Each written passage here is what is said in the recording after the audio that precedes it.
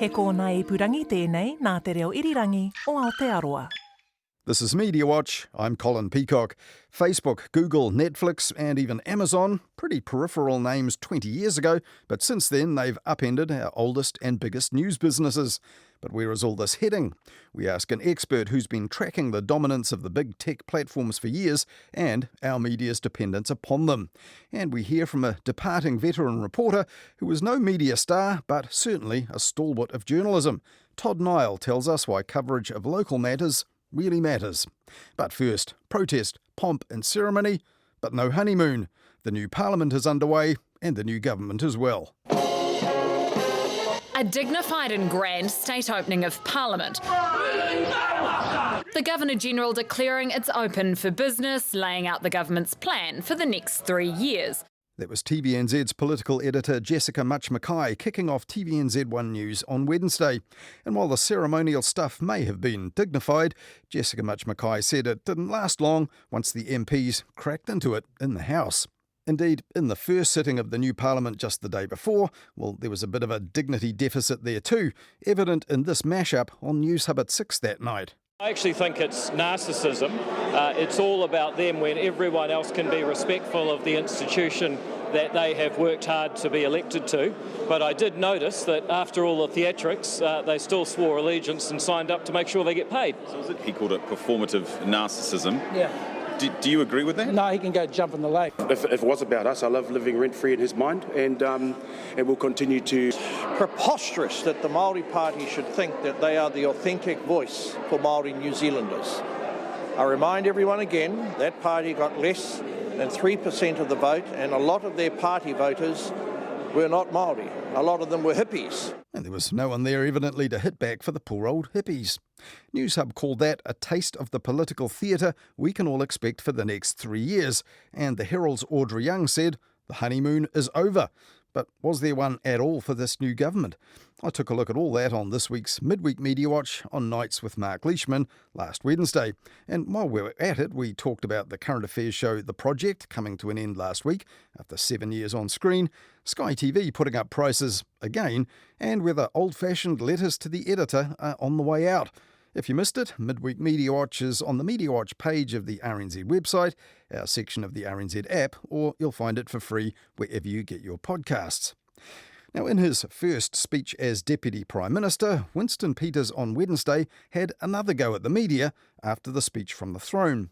He cited Elvis Presley, If You're Looking for Trouble, and then the Phil Collins tune Both Sides of the Story when he complained that journalists hadn't attended and reported his election campaign meetings. Stuff's live blog from the House noted that Mr Peters also complained that the media never printed a word about the not guilty outcome in the trial of 2 men in 2020 who were accused by the Serious Fraud Office of fraudulently depositing money into the New Zealand First Foundation's bank account. But you can read Stuff's coverage of the verdict here, the live blog added straight away after that, helpfully highlighting the link, proving Mr Peters wrong about that.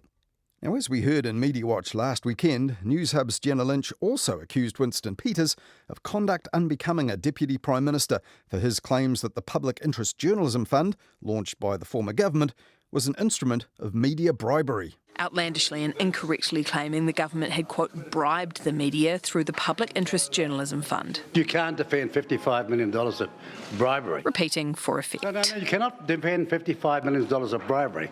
And that chimed with the views of the previous Minister of Broadcasting, Willie Jackson. But long before the election, Willie Jackson had confirmed that Labour wouldn't be repeating or renewing the fund if they won. Now, one big reason why would be the long, loud backlash from those who reckoned that the fund did skew news coverage, even though it didn't. But Willie Jackson told a pre-election meeting about media policy that he reckoned the media didn't even need a cash injection on this scale anyway, because another of his government's interventions would provide the Fair Digital News Bargaining Bill, a law change to force online operators like Google and Facebook to pay the media here for the news that they've distributed for years for free. We've got half the journalists that we had now than we had 10 years ago. Huge amount of good journos who've all gone out the door because these big companies come in, take everything and don't give anything back. If we get this bill through, we'll get a couple of $100 million coming back into the market, and I think it will help us in terms of sustaining jobs and everything else. $200 million is a very optimistic or maybe even heroic estimate of the revenue that such bargaining might get. That's roughly how much the deals struck with Google and Meta in Australia are estimated to have netted annually, and that's in a media market that's many times larger than ours. But while it did bring big money into the media there, it's been a different story so far in Canada, which the Labour Party also looked to for guidance when writing its bill. Canada's Online News Act, also called Bill C-18, prompted Google to threaten to remove Canadian news from their services last year, and Facebook and Instagram's parent Meta actually did that. This page you see now, mostly full of Canadian outlets about this very story, none of them would show up once the company makes its move. However, last week Google did agree to pay a single collective, which would then distribute the funds to the eligible news media agencies based on the number of full-time journalists they employ. And Canada's Prime Minister Justin Trudeau said all this was very good news. After months of holding strong, of demonstrating that our commitment to local journalism, to strong independent journalists getting paid for their work, Google has agreed to properly support journalists, including local journalism. This is a deal, an agreement that is going to resonate around the world as countries and democracies struggling with the same challenges that our media landscape in Canada is facing with are going to look at this, and we're very pleased we were there. Unfortunately, Meta continues to completely abdicate any responsibility towards democratic institutions and even stability, but we're going to continue to work positively in those areas. The BBC has estimated that Canadian media might get 400 million New Zealand dollars a year from this, and that's without Meta and others coming to the party. But others in the media are warning that all this means that media might end up being dependent for their income on tech companies that really don't care about them, or in some cases are actively hostile to them. 5 years ago, Dr. Meria Mililati from the AUT School of Communication Studies warned that New Zealand media outlets had become dangerously dependent on Facebook and Google for their online traffic. Her study, The Problem of Platform Dependency, showed that the online platform's share of digital ad revenues was growing fast, but news organisations here didn't make any substantial revenue from them. She told Mediawatch at the time that news publishers should pull out of Facebook here, and Facebook and Google should pay a tax to ensure that New Zealand journalism survives in the digital world. Well, 5 years later, the outgoing Labour government left a bill before Parliament that would do just that, but the incoming government has signalled it's not keen, in its words, to tax tech companies.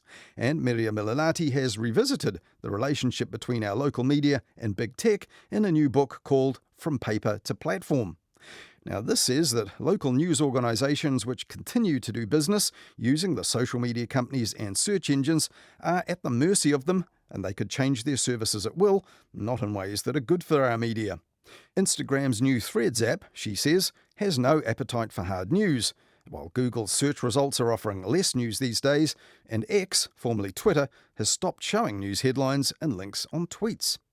Meanwhile, Facebook continues to tweak its algorithm, often to promote non-news stuff and suppress real news, in ways that are incremental to the company and its users, but damaging and sometimes devastating to online news operations.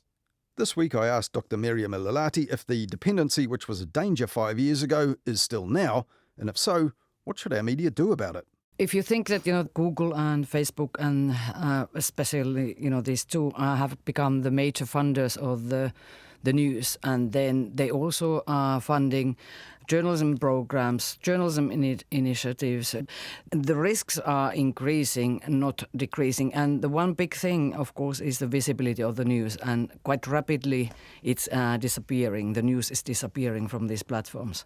Yeah, you also said back then, you said, I'm no tax expert, but either they should be levied or taxed, or they should be voluntarily paying something from their ad revenue to public interest journalism. After years of not doing a great deal, the Labour-led government did actually put forward a bill. Doesn't look like the national government that's incoming is all that keen on it. Do you think that bill was a good idea and should progress? Well, it's a bit tricky in the way that, in Australia it has worked to a certain extent. At the moment we have a situation in Canada, actually, Google agreed to pay their news, but they're paying about half of the money that the government was seeking from them. I argue that it's not a long-term solution, and the platforms are there not for the long term. And Meta is already pulling out of the news funding in the US, so I think it can't be the long-term strategy. But in the meantime, though, should New Zealand get on board with this and the government accept that, it's happening all around the world, the platforms have accepted, whether they've been coerced into it, they now pay for news. Well, we need some framework, but what happened in Canada, I go back to Canada because that's so fresh. In Canada, Google, when they agreed to to pay for the news, they can opt out now from the law. If that's the case in Canada, what happens in New Zealand? Would that be the same thing? Google has already made deals with the 47, I think, publishers. So I'm just wondering what that achieves. And Meta will not come to the table. They are not on the table in Canada either. We need to look closely what's going on in Canada. There's a stat in your new book that says, this is dating back to January 2022, 35% of people using Facebook and social media for news. In one sense, that's enormous. But in your mind, should we be surprised that it's not higher? 35%, I think it's quite high. When the news starts to lose the visibility in Facebook, and they have been downgrading news pretty much on their platforms, same goes with their new Twitter competitor. So they say that hard news is not, they don't care about hard news. So the visibility of that verified, journalistically produced content is disappearing, and that worries me. But the statistics says for 35% of people, their main reason for using social media is to read news stories. That's huge. Why is it then that the platforms have been ambivalent, Meta in particular, tweaking their algorithm, as we know in the past, with disastrous consequences for the traffic for news organisations? They put the content and prioritize the content which creates for more clicks for them and more advertisement for them. The platforms are there for the business. They are not for the news business, if you know what I mean. And 5 years ago, when you first wrote about New Zealand media organisations becoming dependent, a lot of the debate was about whether these companies should be considered to have editorial responsibilities. A line in your new book, From Paper to Platform, says Facebook has started to accept it is a publisher.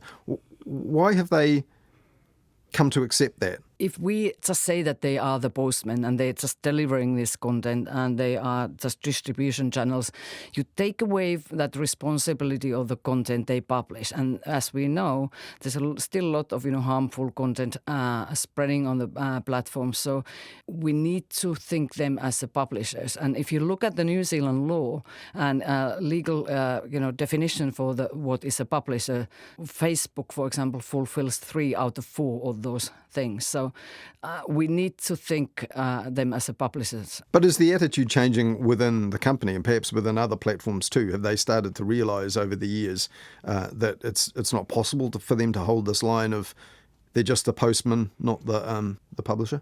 Well, I think it's constantly being tested now. And, for example, in Australia, there were defamation cases. And, are they going to be responsible for the content which is published there? And in Australia, High Court has actually found Google was responsible for one defamation case. So no, the platforms don't accept that they are publishers because they don't want to take that responsibility of the content they publish. Yeah. Again, I think you were saying similar things 5 years ago. Our media companies here need to make sure they're not dependent on these platforms for either for revenue or for audience.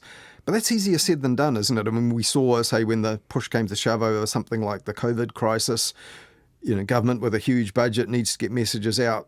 That was one of the major avenues for it. Facebook, social media, that's just where the people are. I mean, hard thing to say to media, plan for the future without these things, because at the moment, that's where people are spending their time.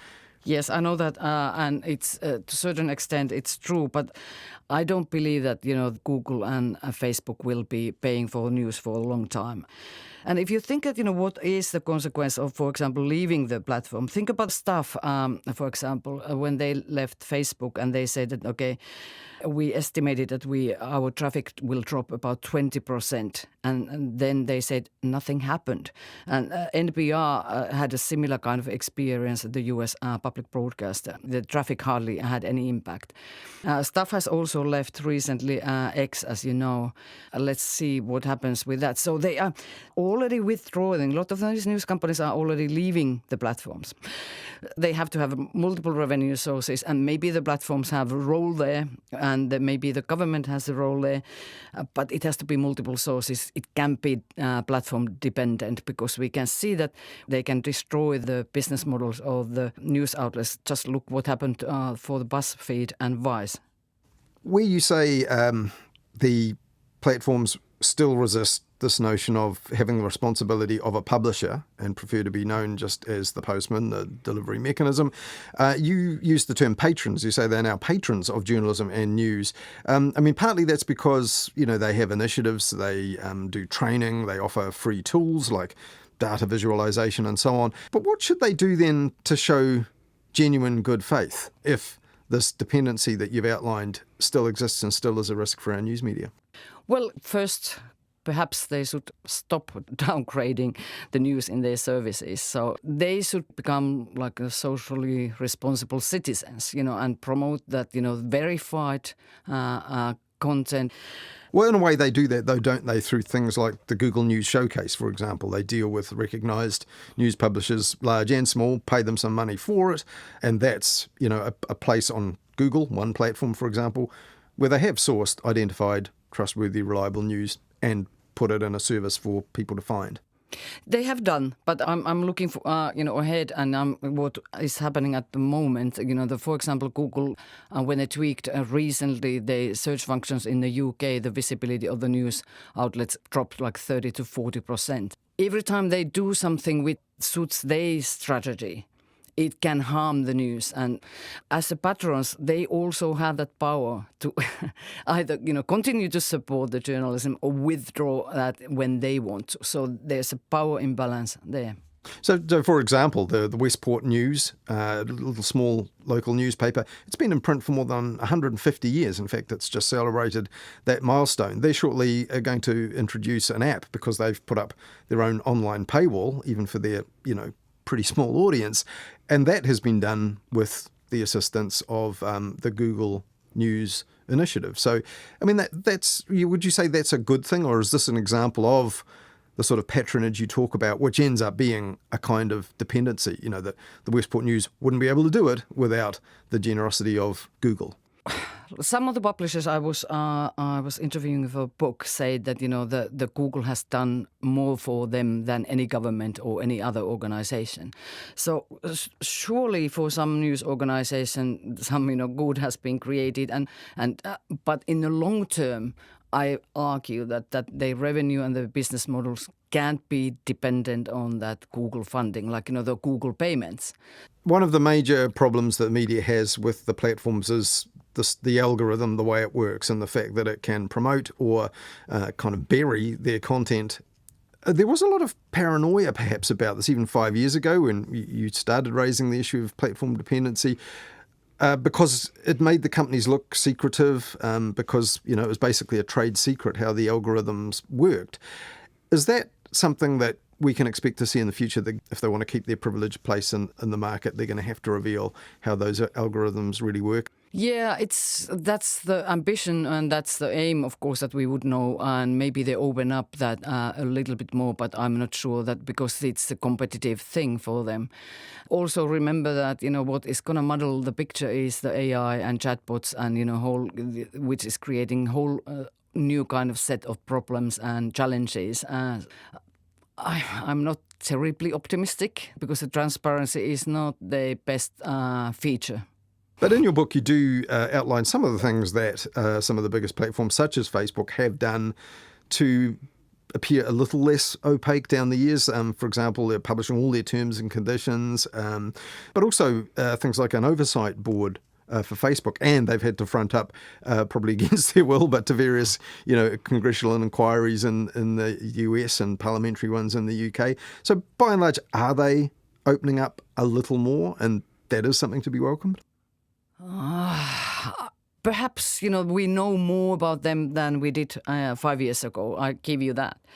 But on the other hand, the purpose of them is has always been the good PR and, also responding to the regulatory pressures. So I'm a little bit skeptical. Yes, we know a little bit more, and the editorial boards, etc., like Meta has established.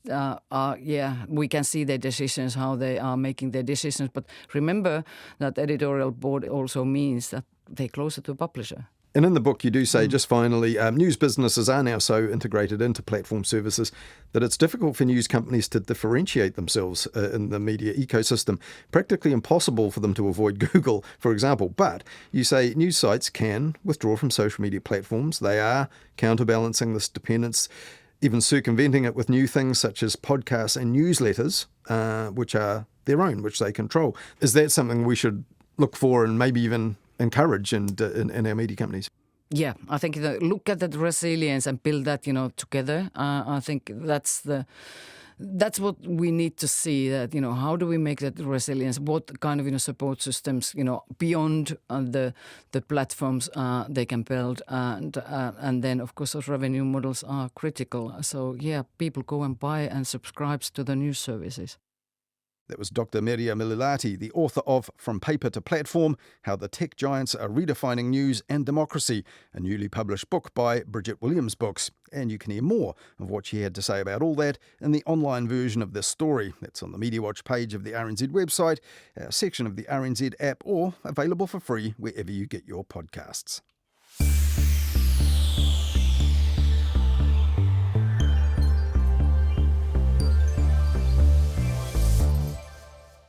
It would be easy for my last column after 46 years in daily news to wallow in the past, but the future for Auckland is too important. So said the Auckland Issues reporter for Stuff, Todd Niall, in his last piece as a journalist, published by Stuff last Monday. Auckland can continue to be the country's most important, dynamic and diverse city, he said. It just needs to focus on delivering that in the best way for future generations, rather than in an incremental way that avoids challenging the comfort zones of people in my demographic, Todd wrote. Kia kaha tamaki makoto, look ahead, not back, were his very final words. But a day later, Auckland Council debated Mayor Wayne Brown's 10-year budget plan to go out for public consultation. I think he shouldn't be lecturing anyone on disrespectful language. Come on. You can't speak to points of order. This is disrespectful. I'll remind the councillor that he called me a hypocrite in the last meeting. Okay. That is not true. It's on tape. Do you want to see the tape? Will you guys grow up, please? Come on. Councillor Lee, just stop it. And that's probably not the sort of boldness that Todd Niall was hoping for after 4.5 decades of journalism, some of it as an RNZ reporter and broadcaster. Now, Todd himself got a pretty bumpy reception in the early days of the drongo-baiting new Mayor of Auckland, Wayne Brown. And a Sunday Star Times profile of the Mayor last weekend said that Todd Niall managed to get right up Brown's nose with more than a year of cool, measured analysis of the Mayor's words and deeds, past and present. Stuff's Adam Dudding in that article noted a Mexican wave of praise and reminiscences from councillors recently at the last meeting Niall ever covered. But Brown notably declined to join in the love fest, instead giving a small pained sigh. If there's a chance we might get back to what we were discussing here. And maybe Todd wouldn't have minded that at all. But even after Todd left RNZ some years ago, he's been frequently used on its programs for his local knowledge. Okay. Are you ready to go? Yep. So, Todd, what is a time of use congestion charge? Time of use seems to be the new phrasing they use for what we call... That was the details Sharon Brett Kelly picking Todd Niall's transport brains last month. And 7 days later, Todd was back on 9 to noon with more about Auckland's cars. The sale of the council's biggest public car park building, the downtown car park, 2,000 cars across 7 floors, pretty much right on the city waterfront, so a prime site. And that slot came and went without any mention that Todd was retiring just 2 days later. Now, Todd Niall was also an expert in a more glamorous form of transport, yacht racing. He went to 5 America's Cup regattas and even went at his own expense to the 2017 Challenger Series in Bermuda, where he was annoyed to find that some journalists were inside the Team New Zealand camp, courtesy of the sponsors, and even clad in the sponsors' outfits and working with video content owned by the team and the sponsors. And when Todd bumped into the communications manager for the whole event, he pulled out his phone and asked him, "Are you trying to do away with proper independent journalism?" It is incredibly valuable to have media, as I say, asking the questions that perhaps the brands don't want them to. And to try and replace that, or to try and say that that is not important in this day and age, frankly, is missing the point. But meanwhile, back in Auckland, before he retired last week, Hayden Donnell sat down with this remarkable reporter on local matters for whom local issues really matter. Kia ora, Todd. Welcome to Mediawatch for your valedictory interview. Oh, right. The last act of a long career going on Mediawatch. I've been looking forward to it. First off, you're a veteran local government reporter. Are you leaving the sector in good health? In terms of local government, generally, I think so. I mean, when as a reader and a listener and a watcher, I find plenty of good local government coverage from around the country that I find interesting in. You know, the goings-on in Gore, that never-ending soap opera down there. There's always something going on at Christchurch City Council. There's Tauranga City still in the hands of a commissioner. There's lots of good stuff that I find interesting. You know, wherever there are metropolitan or provincial newspapers, I think local government is still a staple for them. Cast your mind back to when you started. How many years ago?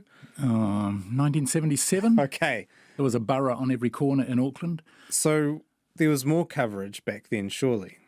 Yeah, there was more coverage, but particularly in Auckland with the amalgamation, it's become the scale of the stories and the scale of what's going on is bigger.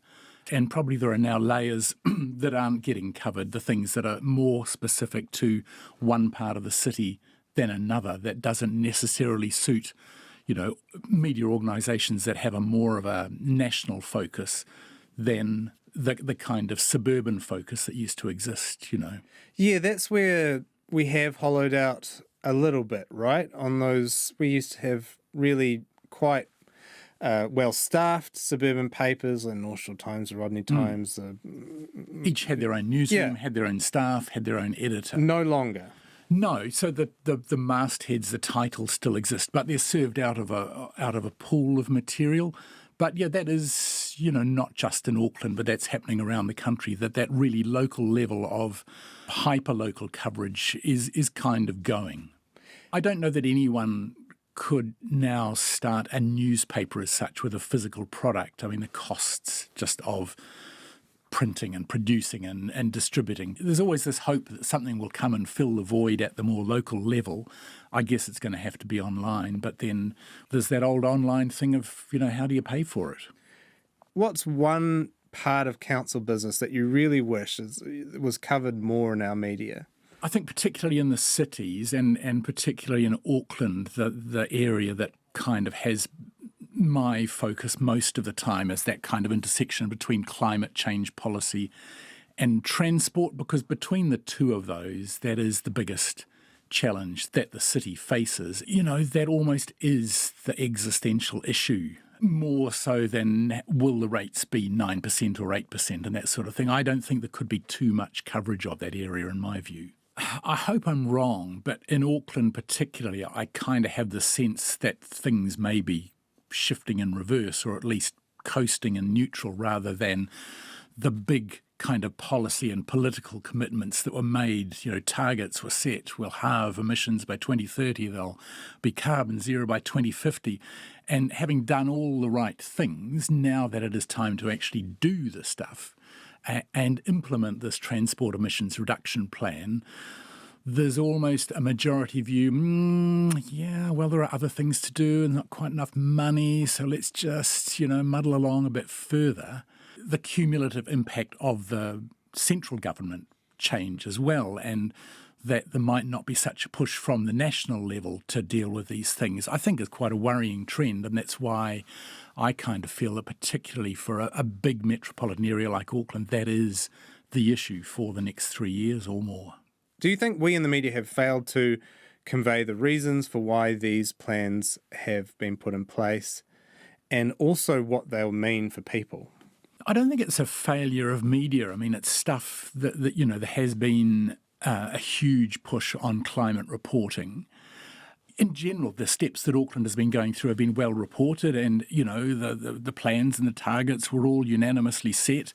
What is missing, I don't think, is the media coverage, but the political leadership. If you don't have a mayor, if you don't have that top level of the council explaining to the public why these things need to happen, why we can't move around in that comfortable old way in our cars that we used to, if it's not a top priority for them, it's never going to become a top priority for Aucklanders. Is there a space, it's not really been your way, but for campaigning media in that space? I think there's a space for campaigning somebody, whether it's media or whether it almost feels like a lot of the campaigners for climate, for whatever reason, have gone quiet. I mean, there were those great school strikes, those marches up Queen Street and the main streets of cities by young people, you know, absolutely demanding action. And even that seems to have gone away. Organisations like Stuff or The Herald, they're responding to audience signals and what people are clicking on. Should it be commercial media's job to provide coverage that people aren't interested in? I don't think the debate is, should we do this because nobody's interested? Commercial media companies, particularly digital ones nowadays, I guess the name of the game is you need to have an audience as big as possible, an overall audience as big as possible to attract advertisers.